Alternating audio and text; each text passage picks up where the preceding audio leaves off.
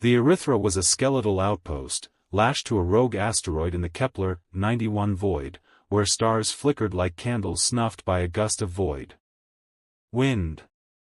Its corridors, carved deep into iron-gray rock, were a labyrinth of rusted grates and sodium lights that buzzed and sputtered, casting jagged shadows that danced like ghosts. The air was thick with the acrid tang of recycled oxygen, machine oil, and a faint metallic scent of despair, a reminder of the station's decay. Names of the dead, miners lost to cave-ins, oxygen leaks, or the slow, grinding madness of isolation, were scratched into the walls, a litany etched by trembling hands, each letter a wound. The crew, 30 souls bound by necessity, moved through their shifts with mechanical precision, their eyes hollow, their routines a fragile dam against the silence that pressed like a blade. Beyond the cracked viewports, scratched and fogged by years of micrometeorite impacts, the cosmos stretched cold and vast, its faint glimmers a cruel mockery of worlds they'd never reach. Cale Renard, the outpost's lead mechanic, was a man forged in loss. At 42, his hands were a map of scars, cuts from frayed wiring, burns from coolant leaks, calluses from years of wrenching life into machines that groaned for death. His face, lined and weathered, carried the weight of a colony raid 17 years past, when pirates tore through his home, leaving only ash, the echo of his wife's scream, and the memory of his daughter Lyra's small hand slipping from his as fire consumed their hab. Cale survived, though some days he cursed it, the weight of his survival a chain he couldn't break. He spoke little, his voice a low rasp when he did, but his crew trusted him, not for warmth, but for his stubborn refusal to let the Erythra die. His nights were a battlefield, haunted by Lyra's laughter fading into flames, her face blurring with each passing year, her voice calling from a field he'd never see again. By day, he buried himself in work, his hands steady even when his soul trembled, his scars a constant reminder of what he'd lost. The mess hall was a dim cave of bolted tables and fritzing screens, where the crew gathered at 0200 hours for a meal of rehydrated protein paste and coffee that tasted like ash, its bitterness a mirror of their lives. Sira, the comms officer, sat across from Cale, her fingers tracing a silver pendant at her neck, a relic from her brother, lost to a shuttle crash a decade ago, its surface worn smooth by her touch.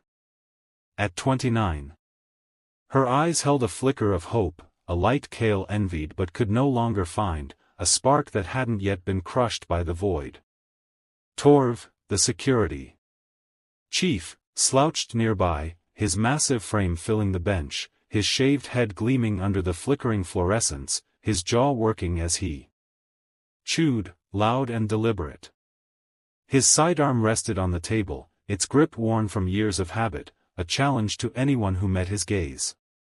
Vren, the medic, leaned against a wall, her sharp eyes scanning the room, her kit slung over her shoulder, ready for the inevitable injuries of a station falling apart.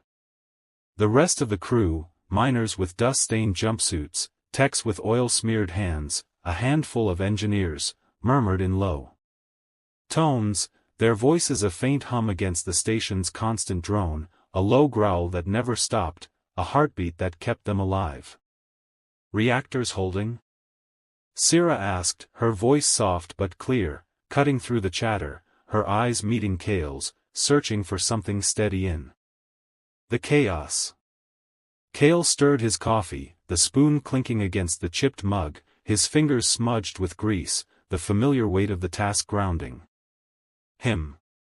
"Barely," he rasped, his voice carrying over the hum, low and steady despite the weight in his chest. "Core's running hot again. Coils need recalibrating before it spikes and takes out half the grid. If we're lucky, it'll hold another cycle." Torv snorted, his mouth full of protein paste, his jaw working like a machine, his eyes narrowing. "Lucky?" he said, his voice thick with disdain. The word dripping like oil. "This place is a coffin, Renard. We're just delaying the inevitable. Why patch it? Why keep fighting for this heap?" Cale's eyes flicked to him, steady and unyielding, the weight of his gaze silencing the room for a moment, a quiet defiance that carried more than his words. "Because we're still breathing," he said, his voice low but firm, a spark that refused to die, a challenge to the void itself. A ripple of tired laughter broke the tension, but it faded fast, swallowed by the station's hum, by the weight of their reality.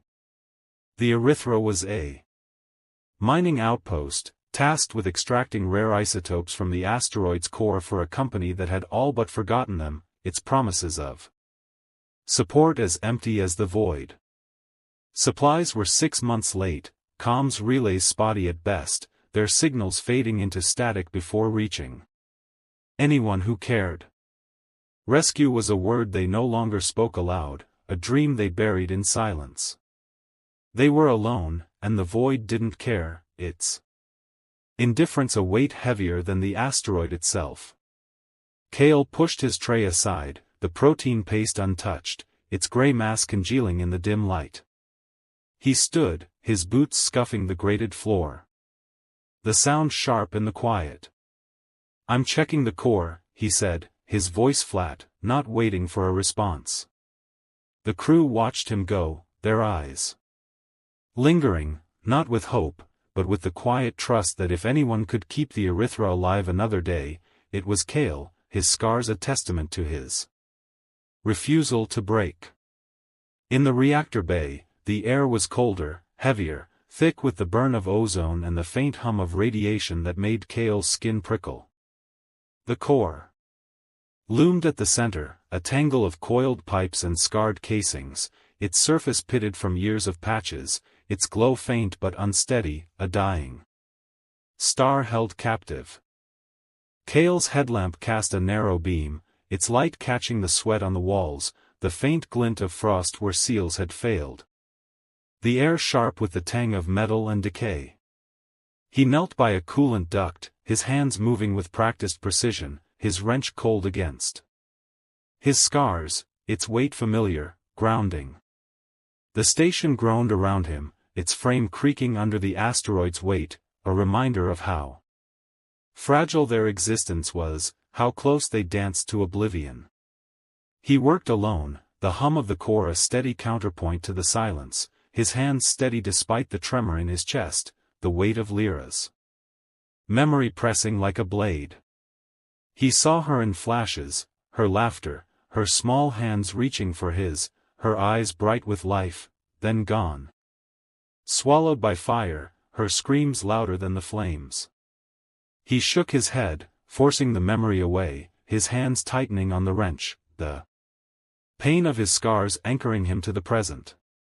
The station's hum faltered, a hitch in its rhythm, and Cale paused, his breath catching, a warning he couldn't name settling in his gut. At 0300 hours, a pulse hit the station, not a sound, but a pressure, like a heartbeat from the void itself, squeezing Cale's chest until his breath caught in his throat. He froze, his wrench slipping, clanging against the pipe, the sound sharp and jarring. Consoles sparked, their screens flickering with static before going dark, their lights dying in a cascade of failure. The comms array screamed through his earpiece, a high-pitched wail that tore through his skull, then cut off abruptly, leaving a silence thicker than the void, heavier than the station's hum. Cale yanked his hands free, grease smearing his arms, his scars burning under his sleeves, and tapped his earpiece, his pulse hammering in his ears.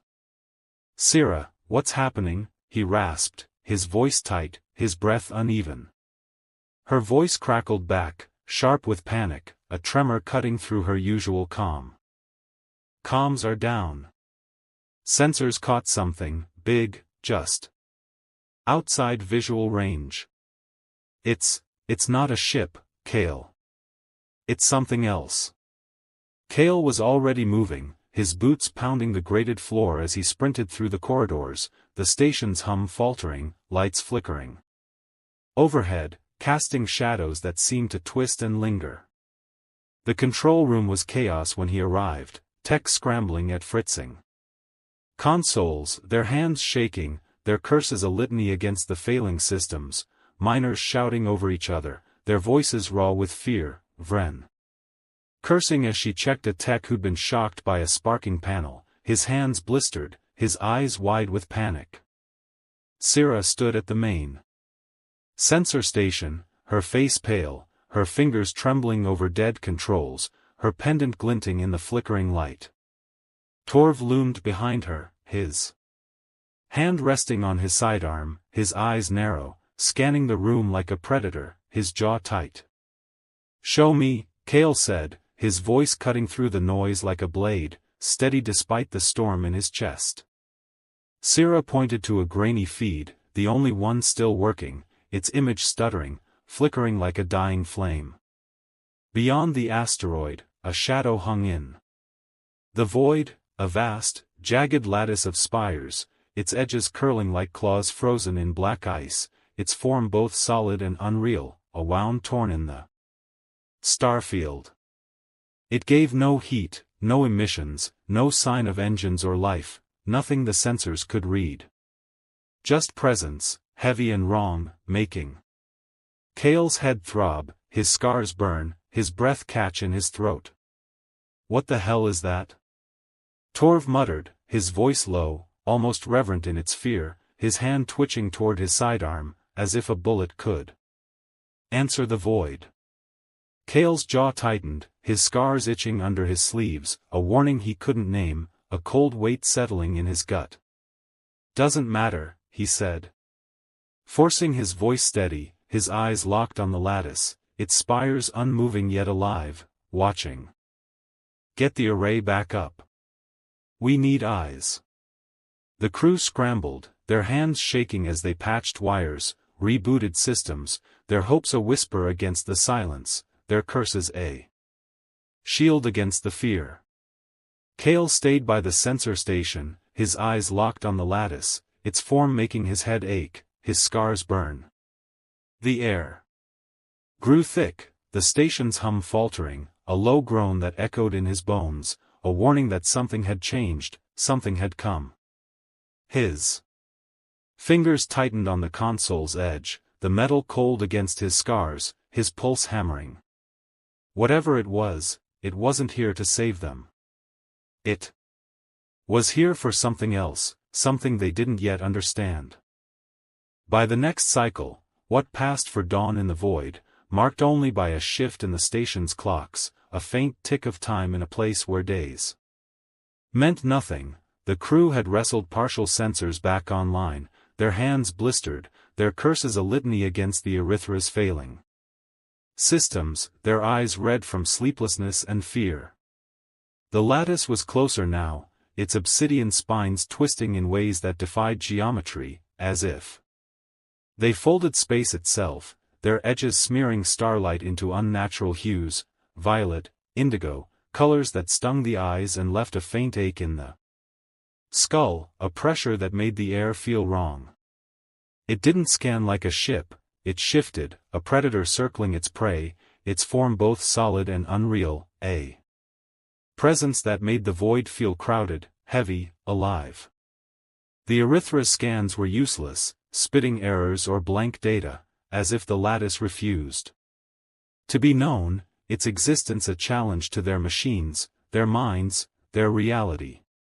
Kale led a small team to the observation deck, a glass blister protruding from the asteroid's surface, its panes scratched and fogged from years of micrometeorite impacts, its frame groaning under the weight of the void. Sira followed, her pendant clutched tight, her breath uneven, her eyes darting to the shadows as if expecting to see her brother there, his face a ghost in the flickering light. Torv came next, his sidearm holstered but his fingers twitching, his bulk filling the narrow corridor, his jaw tight with a rage he couldn't name. Vren brought up the rear, her medic's kit slung over her shoulder, her face a mask of clinical calm, though her knuckles were white where she gripped the strap, her eyes sharp with unease. The rest of the crew, miners with dust-stained jumpsuits, techs with oil-smeared hands, engineers with tools clutched like talismans, crowded behind, their breath clouding the glass, their whispers a low buzz of fear and awe, their hands trembling as they pressed close. The lattice loomed beyond the pane, its spires curling like veins under skin, catching starlight and twisting it into smears of color, violet, indigo.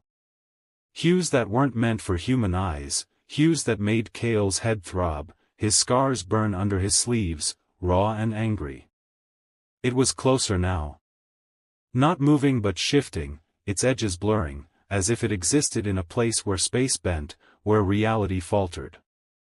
The crew stood frozen, their breaths shallow, their eyes wide, the air charged like the moment before a storm breaks, the stations hum a low growl that vibrated in their chests, faltering, unsteady.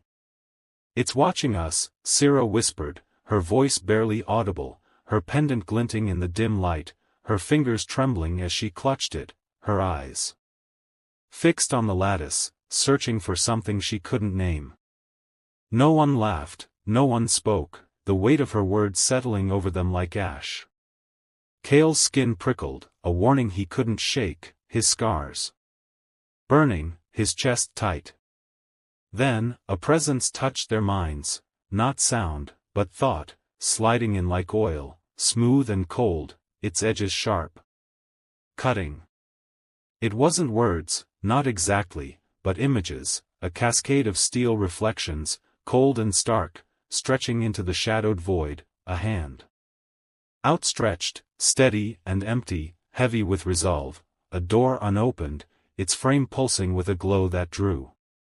The images seared into their minds, leaving a metallic tang of rust on their tongues, a weight in their chests that strained their breath, a pressure that bent their bones.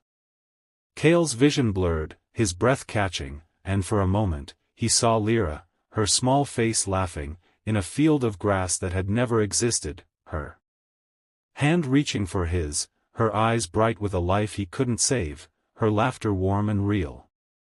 He dug his nails into his palms, the pain sharp enough to cut through the haze, grounding him, pulling him back.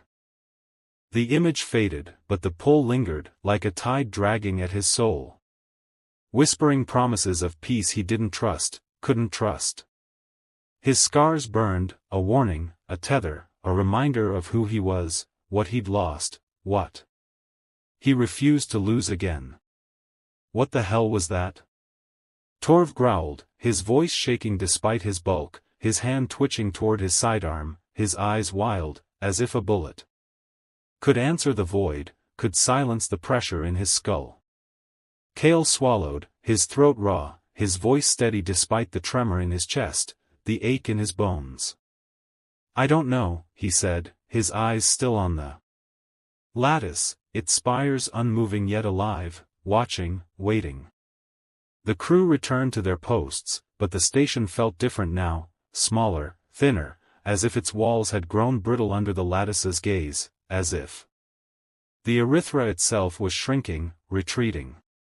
The hum was wrong, faltering, the lights flickering more often, casting shadows that seemed to linger too long, to move when no one looked.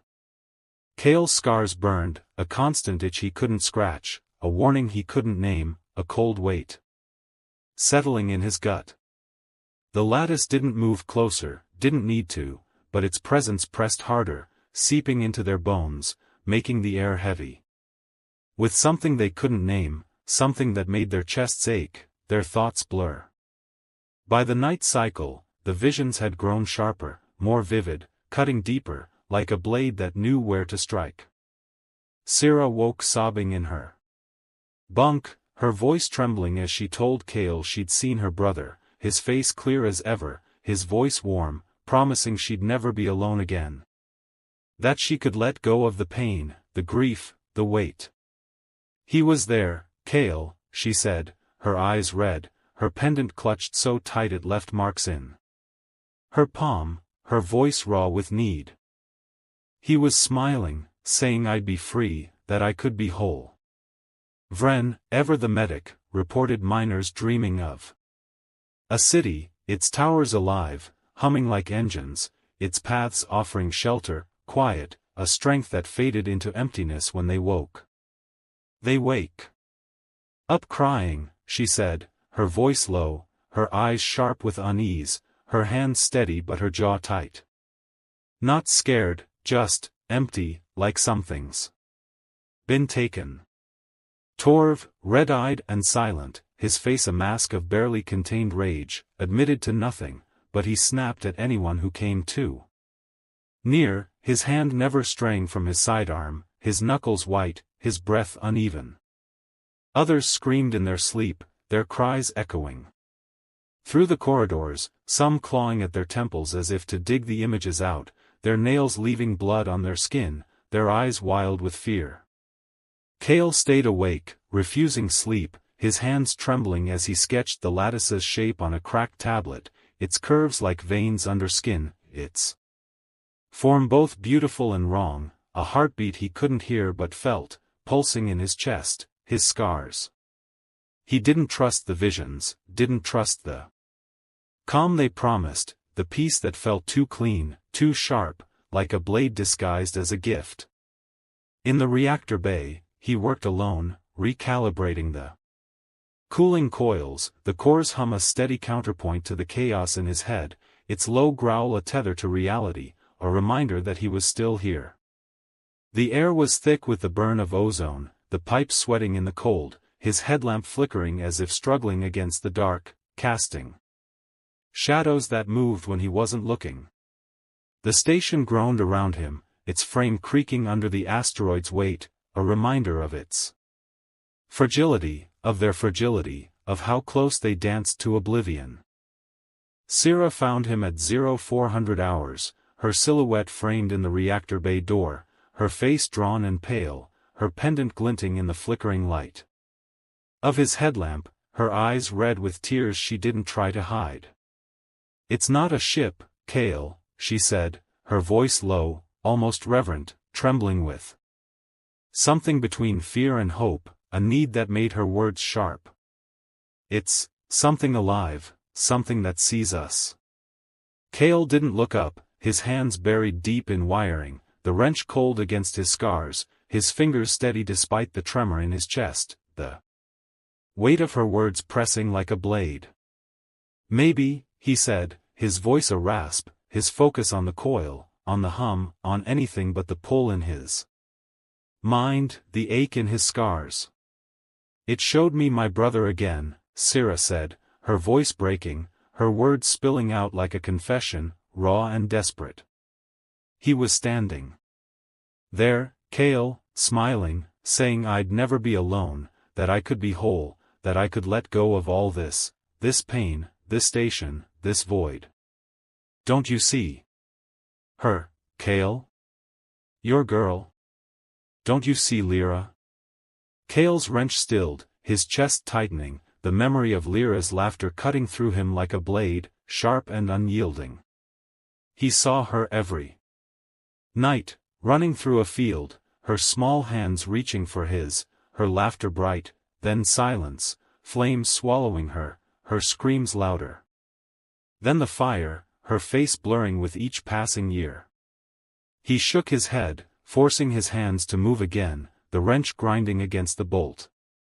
The pain of his scars anchoring him to the present. "Doesn't matter what I see," he said, his voice steady but hollow, a lie he told himself to keep moving, to keep fighting. Sira lingered, her breath uneven, her eyes searching his, looking for something he couldn't give. Then she turned and left, her footsteps fading into the station's hum, leaving Kale alone with the core, with his scars, with the weight of the visions that refused to let him go. He worked until his hands bled, the pain a tether against the pull, a reminder that he was still here, still himself. But the visions came anyway, Lyra running through a field, her laughter echoing, then silence, the flames eating her alive, her screams his only company. Each vision left a crack in his resolve, a deeper whisper that maybe, just maybe, the void could take his pain away, could give him back what he'd lost, could make him whole. On the third day, the alien presence spoke, its voice a chorus of whispers that slithered through the Erythra's corridors, sliding into their minds. Like a blade, layered like a song sung by countless throats, each note heavy with purpose, with promise, with threat. It called itself the Concord, a collective older than Earth's sun, a weave of minds bound together in eternal unity, their essence a single, unbroken thread stretching across the void, across time itself. Its offer was simple, delivered with a clarity that chilled the blood, that made the air feel sharp and cold. Join them. Become part of their lattice, their endless whole, a spiral of consciousness where no pain existed, no loss lingered, no loneliness endured. In return, the Erythra and its crew would dissolve, not die, not cease, but become, their essence woven into the Concord's fabric, their memories preserved forever in a starfield of thought, a unity that promised peace, wholeness, an end to the ache that defined them. The crew gathered in the control room, faces gaunt, pressed close in the cramped space, the air thick with tension, with sweat, with the faint tang of burnt wiring from the sparking consoles. The station's hum was gone now, replaced by a low groan, a creak that echoed in their bones. The lights flickering overhead, casting shadows that danced like ghosts, that lingered too long. Sira stood at the center, her pendant clutched so tightly her knuckles were white, her eyes wet but defiant, burning with a hope that made her voice tremble, a fire that hadn't yet been snuffed out. "I saw my brother again," she said, her words steady despite the crack in her voice, carrying over the murmurs of the crew, over the low groan of the station. "He was happy, Kale. He spoke to me, his voice clear as if he was standing right here, right now. He said I'd never feel alone again, that I could be whole, that I could let go of this pain, this grief, this endless fight. It's not death, it's something more, something better than this." Torv slammed his fist on a console, the impact rattling the fritzing screen, his sidearm clattering in its holster, his face red with fury, his eyes wild with a rage that burned hotter than fear. "Something better," he roared, his voice echoing off the steel walls, cutting through the murmurs, silencing the room. "They want our minds, our bodies, our damn spirits. For what? A cage? A trap? You're buying their lies, Sira, and you'll drag us all down with you, you'll damn us all." Vren crossed her arms, her medic's calm fraying at the edges, her voice sharp but measured, cutting through the rising chaos like a scalpel.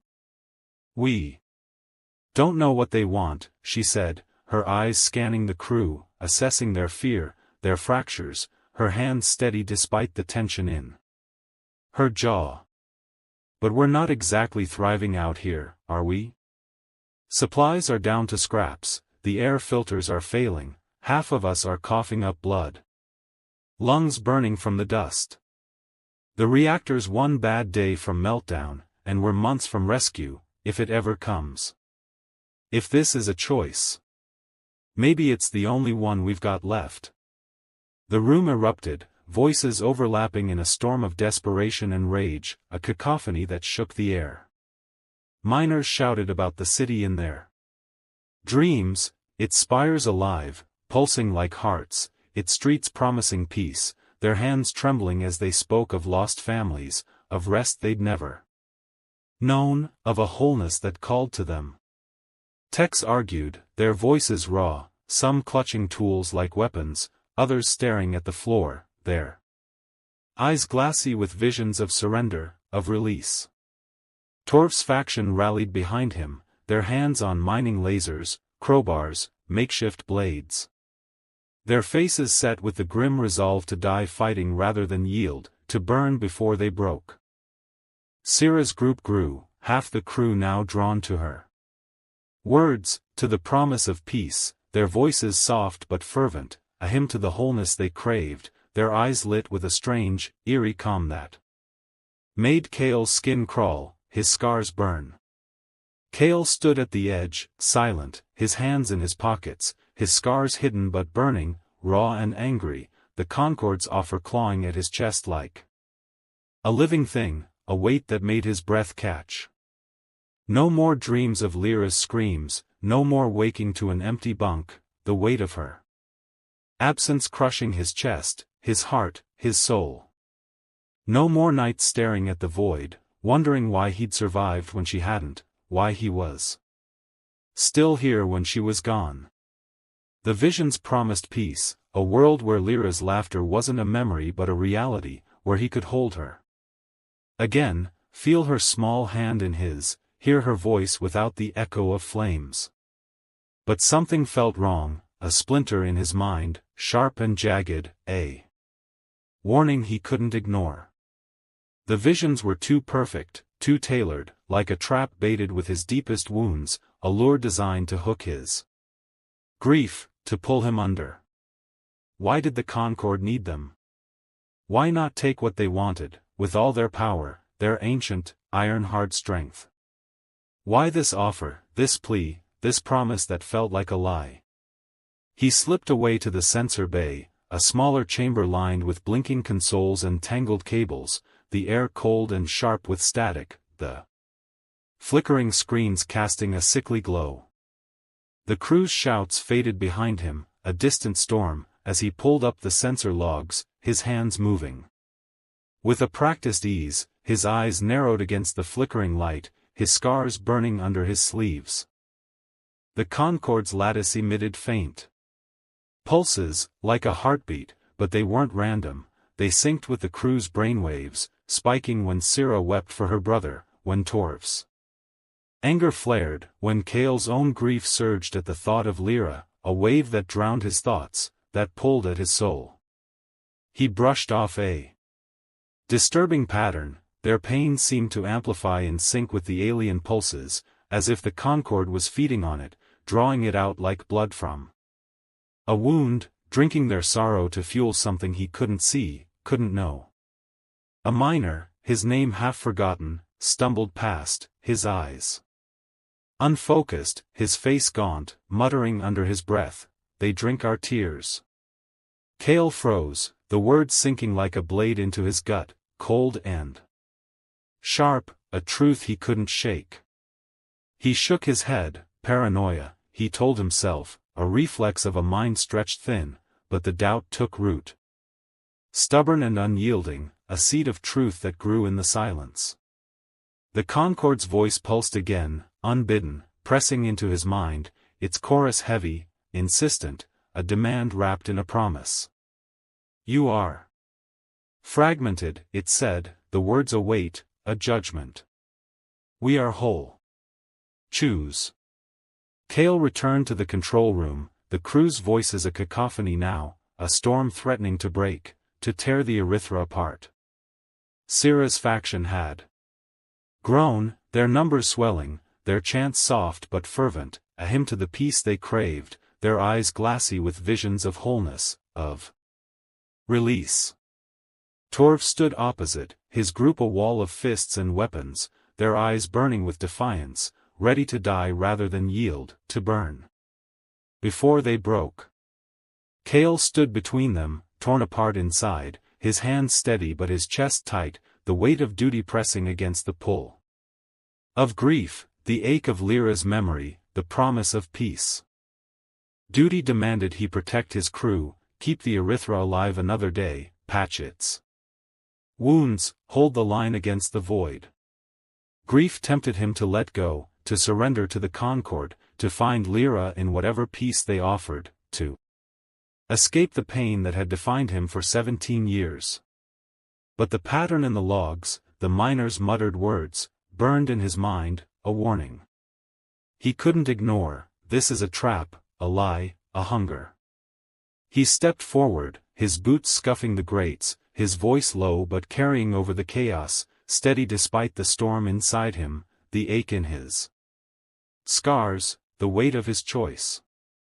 "Sira," he said, his eyes meeting hers, holding her gaze, searching for the fire he'd seen before, the hope he envied. "What if they're not saving us? What if they're using us? Feeding on us, on our pain, our grief?" Her eyes widened, a flicker of shock crossing her face, then fear, her hand tightening on her pendant, her knuckles white, her breath catching. "You don't know that," she said, her voice trembling, cracking, a defensive edge sharpening her fear, her need. "You're scared, Kale. You're just scared, and you're trying to make us scared too." "Maybe," Kale said, his jaw tight, his scars burning under his sleeves, raw and angry, a fire that refused to die. "Maybe I am. But I'd rather die scared than lose what makes me human." The words hung heavy in the cold air, a line drawn in the rusted steel of the control room, a challenge to both sides, a spark in the dark. The crew fell silent, their eyes on Kale, their breaths held, the weight of his choice pressing down on them all. He felt it: duty, grief, defiance, hope, fear, a tangle of scars that refused to break, a stubborn heart that refused to yield, a soul that carried Lyra's memory, raw and jagged, a proof he couldn't surrender. Mutiny simmered, a spark ready to ignite the Erythra's fragile frame, to burn it to ash in the void. Sira's faction had barricaded themselves in the comms room, a narrow chamber of tangled wires and flickering screens, their hands trembling as they patched together emergency transmitters, their voices a chant of hopes or pleas to the Concord, begging for salvation, for surrender, for an end to their pain. Sira stood at the center, her pendant raised like a talisman, her eyes glassy with tears, her voice steady despite the tremor, calling for unity, for peace, for a wholeness she could feel in her bones. "They're waiting for us," she said, her words fervent, a hymn to the visions, her hands shaking as she spliced wires, her eyes bright with a hope that made Kale's chest ache. "They're offering us everything, everything we've lost, everything we've forgotten." Outside, Torv's group massed at the reactor bay doors, their weapons, mining lasers with cracked grips, crowbars sharpened to points. Makeshift blades welded from scrap, gleaming in the flickering light, their faces grim, their eyes burning with a defiance born of fear, of rage, of a refusal to yield. Torv shouted orders, his voice a growl that echoed off the steel, his sidearm drawn, its barrel glinting, his eyes wild with a fire that refused to die. "We fight," he roared, his fist slamming against a bulkhead, the sound sharp and final. "We don't kneel to that thing out there. Don't give it our minds, our spirits. We burn it, we burn this whole damn station before we let it take us." Kale moved alone, his choice made in the quiet of the reactor bay, where the air was thick with the burn of ozone, the hum of the core vibrating through the steel, a heartbeat that matched his own, unsteady but stubborn. The reactor core was a cavern of coiled pipes and warning screens. Its walls sweating in the cold, its air heavy with the faint tang of radiation, a warning that made Kale's skin prickle, his scars burn. The core loomed at the center, its casing scarred from years of patches, its coils glowing faintly, a dying star held captive, its hum a low growl that shook the floor. Kale knew its flaws better than anyone. The Erythra's heart was unstable, a bomb waiting for a spark, a pulse that could save them or destroy them. He could overload it, send a shockwave strong enough to disrupt the Concord's lattice, to fry its connection to their minds, to break the pull that whispered lies, that promised peace he couldn't trust. Or it could destroy the station entirely, reducing them to ash in the void. A final act of defiance against a universe that didn't care, that never had. He wasn't driven by duty, not by the need to save his crew or keep the Erythra alive another day, not by the faint hope of rescue or a future. Beyond the void. It was defiance, raw and stubborn, a refusal to surrender what made him human, what made him Kale. The Concord offered perfection, a world without pain, without loss, without the ache of Lyra's memory, a world where he could hold her again, hear her laughter. Without the echo of flames. But Kale didn't want perfection. He wanted his scars, his grief, the jagged edges of his soul, the pain that proved he was still here, still hers, still human. He worked fast, his hands moving with a precision born of years, rerouting power lines, bypassing safety relays, his fingers steady despite the tremor in his chest, the ache in his scars.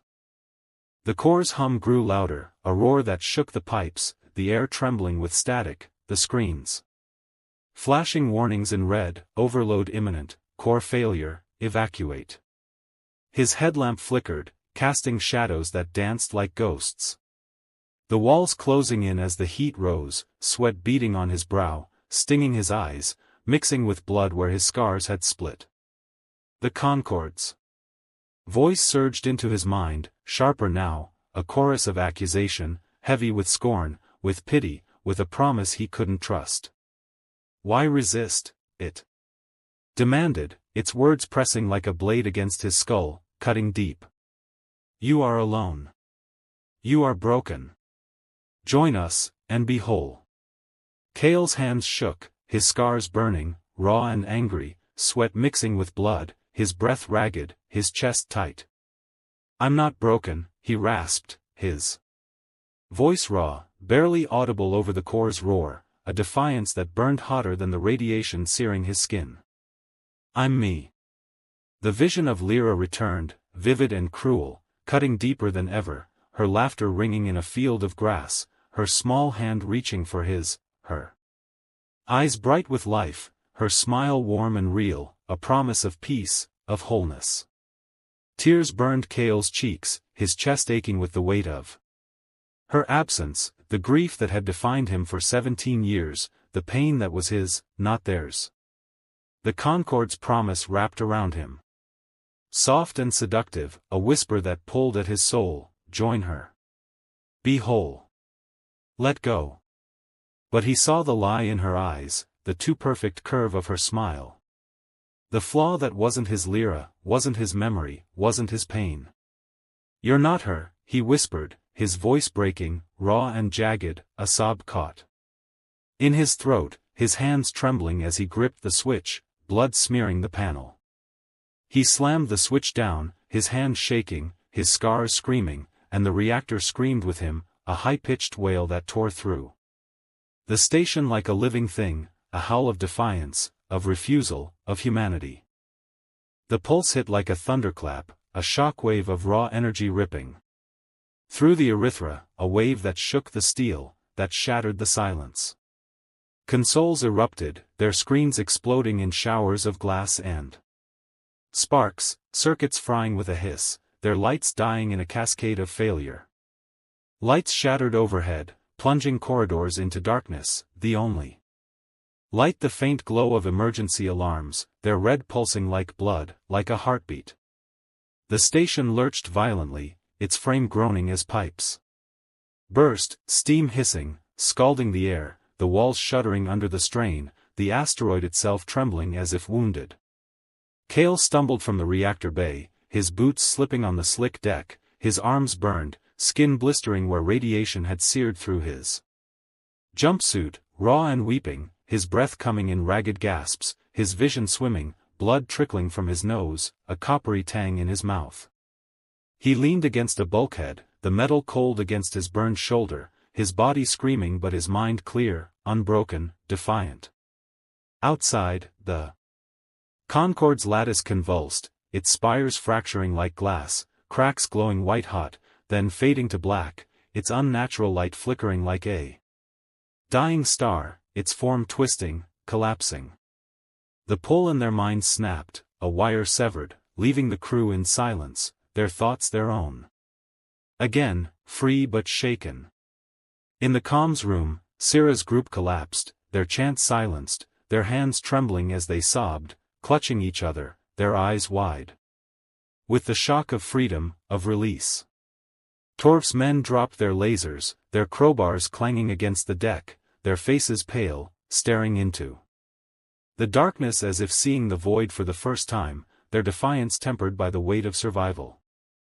Vren moved among them, her kit open, bandaging burns, stitching cuts, her voice sharp but steady, a lifeline in the chaos, her hands bloodied but sure. Kale staggered into the corridor, his headlamp flickering, casting jagged shadows on the walls, his burns throbbing, his chest aching. The Erythra was a wreck, its core cracked, its systems fried, its air thick with smoke and the acrid burn of melted plastic, the faint tang of blood. They might not survive the night, let alone the weeks or months until rescue, if rescue ever came at all. His burns screamed, his vision blurred. But he pushed forward, driven by a stubborn spark, a refusal to break, a defiance that burned hotter than the radiation, than the void itself.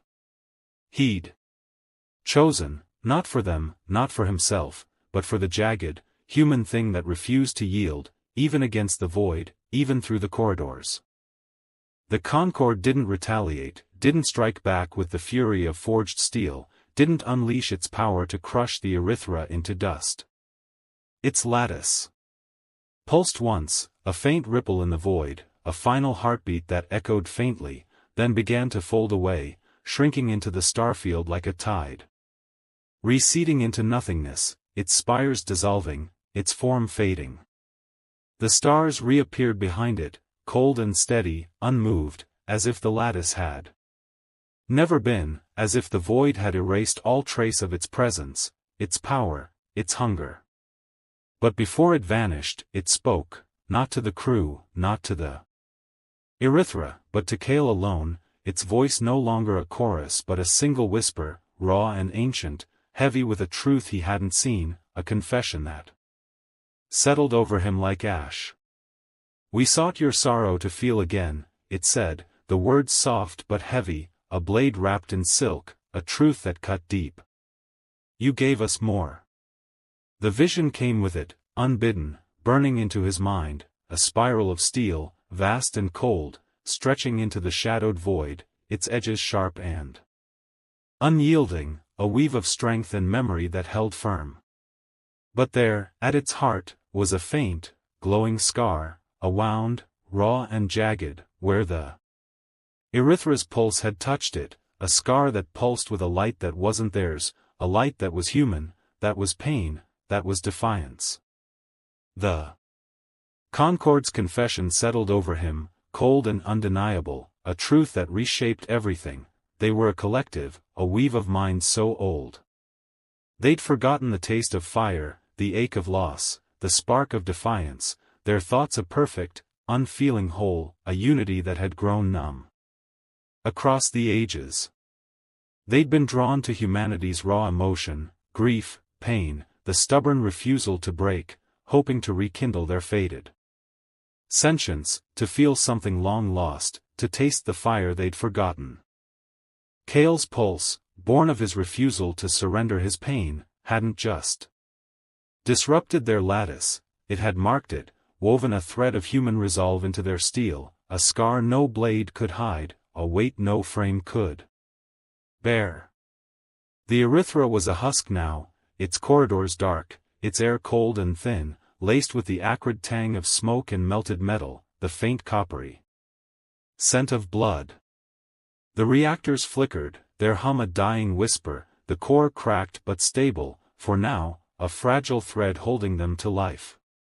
The crew worked in silence, their hands raw from patching cables, rerouting power to life support, clearing debris from the corridors, their faces gaunt, their eyes carrying a spark that hadn't been there before, a fire born of survival, of defiance.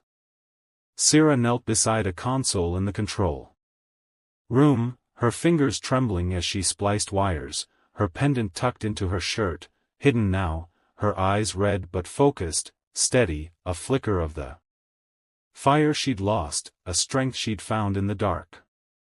Torv worked with the miners, hauling twisted steel, his voice gruff but calm, his sidearm holstered, his rage tempered by the weight of survival, by the choice they'd made.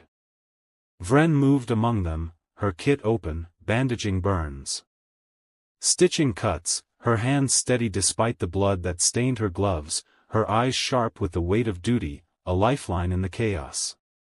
They were alive, battered and broken, but alive, their breaths a cloud in the cold air, their hands a testament to their stubbornness, their refusal to break. But the Erythra was dying, its core unstable, its supplies a handful of days' worth, its comms a faint signal that might never reach anyone, a whisper lost in the void. Rescue was a distant hope, a dream they didn't speak aloud, a plea they didn't dare believe, a word that tasted like ash. Kale kept the Concord's confession to himself, its weight too heavy to share, a truth too vast for the crew to carry, a scar that was his alone. The twist wasn't just their survival, their defiance against an overwhelming machine, it was that their pain, their choice, had changed. Something eternal, something that had stood for eons untouched, unmoved. They'd wanted humanity's sorrow to feel, Kale's refusal had given them more, a spark, a scar no blade could hide, carved deep in their steel, a weight no frame could bear, a mark etched in the station's steel that no tool could smooth. Kale stood alone on the observation deck, the glass cold against his palm, its surface scratched and fogged, the void beyond it vast and empty, its stars cold and indifferent. His burns throbbed under makeshift bandages, his skin raw and weeping, his breath uneven, a faint coppery tang in his mouth from the blood that still trickled from his nose. The stars stared back, their light unchanged, but Kale knew the void would echo its mark now, a scar no one else could see, a mark he'd carved with his pain, his defiance. Syrah found him there, her footsteps soft on the grated floor, her face streaked with ash and tears, her pendant quiet against her chest, her eyes carrying a spark that hadn't been there before, a fire born of survival, of choice. Was it worth it? She asked, her voice barely a whisper, raw and fragile, but carrying a strength she hadn't had before, a defiance that mirrored his own.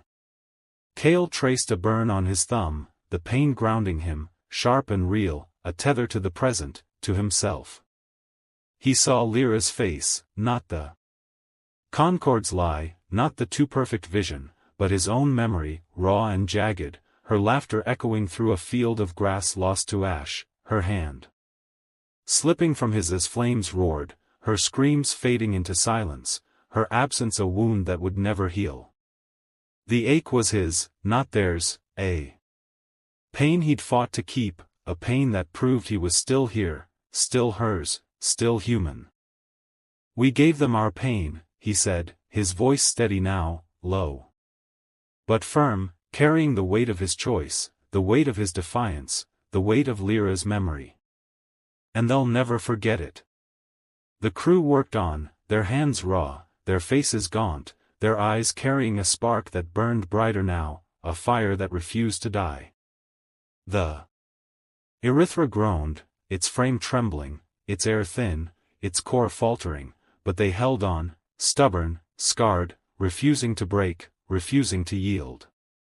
The void was cold, vast, unmoving, its stars indifferent, but in its silence, a truth lingered, humanity's soul was a stubborn, jagged thing, defiant and unyielding, and even the void would echo its mark, a scar no blade could hide. In the dark, Kale held Lyra's memory close, its ache the proof he was still human. Join the journey, stay human, subscribe.